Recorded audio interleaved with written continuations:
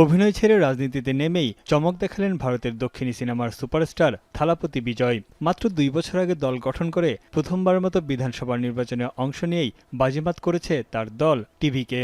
দীর্ঘ ৪৯ বছর পর তামিলনাড়ুতে রাজনৈতিক পরিবর্তন আসলো থালাপতির হাত ধরে। বিজেপি ও ফেসিবাদ শাসনের বিরুদ্ধে যুদ্ধ ঘোষণা করেই গড়ে তোলেন তামিলাগা ভেট্রি কাজাগাম বা টিভিকে দল। এককভাবে লড়াই করেই বিধানসভা নির্বাচনে ২৩৪টির মধ্যে জিতে নিয়েছেন ১০৮টি আসন। তবে একক সংখ্যাগরিষ্ঠতার জন্য আরও ১০টি আসন প্রয়োজন তার। এমন অবস্থায় বিগত ক্ষমতাসীন ডিএমকে সরকারের সঙ্গে সম্পর্ক ছিন্ন করে থালাপতির টিভিকে দলকে সমর্থন জানালো রাহুল গান্ধীর নেতৃত্বাধীন কংগ্রেস। তাদের দখলে থাকা ৫টি আসন থালাপতির দলের সঙ্গে যুক্ত হচ্ছে।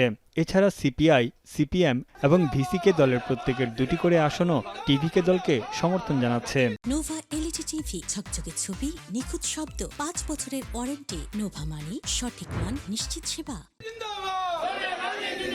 তবে বিনিময়ে টিভিকে সরকারের কাছে ২টি মন্ত্রিত্ব চেয়েছে কংগ্রেস। এছাড়া শর্ত দিয়েছে কোনোভাবেই আইডিএমকে এবং তার মিত্রদের জোটে নিতে পারবে না টিভিকে। দুই পক্ষের এক ভার্চুয়াল বৈঠকে এসব সিদ্ধান্ত হয়। এই পদক্ষেপে তামিলনাড়ুর মুখ্যমন্ত্রী হওয়ার দ্বারপ্রান্তে থালাপতি বিজয়। থালাপতির টিভিকে দলের সঙ্গে জোট গড়ায় কংগ্রেসকে বিশ্বাসঘাতক বলছে ডিএমকে। তাদের দাবি, ডিএমকে সমর্থন ছাড়া তামিলনাড়ুতে একটি আসনও পেত না কংগ্রেস।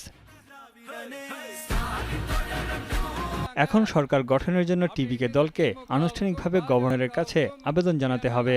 আগামী ৭ মে টিভিকের প্রধান কার্যালয়ে কংগ্রেসের বিধায়কদের সঙ্গে থালাপতির বৈঠক হওয়ার কথা রয়েছে। এরপরই তামিলনাড়ুর মুখ্যমন্ত্রী হিসেবে শপথ নেবেন থালাপতি বিজয়।